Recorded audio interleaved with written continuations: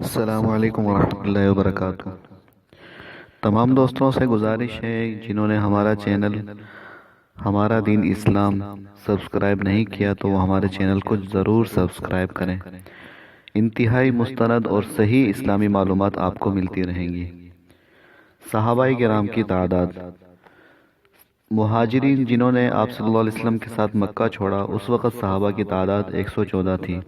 غزوہ بدر میں 314 تھی، اور حدیبیہ میں صحابہ کی تعداد 1500 تھی۔ فتح مکہ میں 10,000 تھی، حنین میں 12,000 تھی، حجۃ الوداع کے موقع پر 40,000 تھی، اور غزوہ تبوک میں 70,000 تھی۔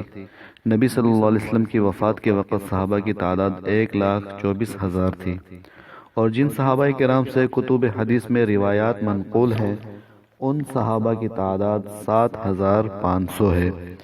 والسلام علیکم ورحمۃ اللہ وبرکاتہ۔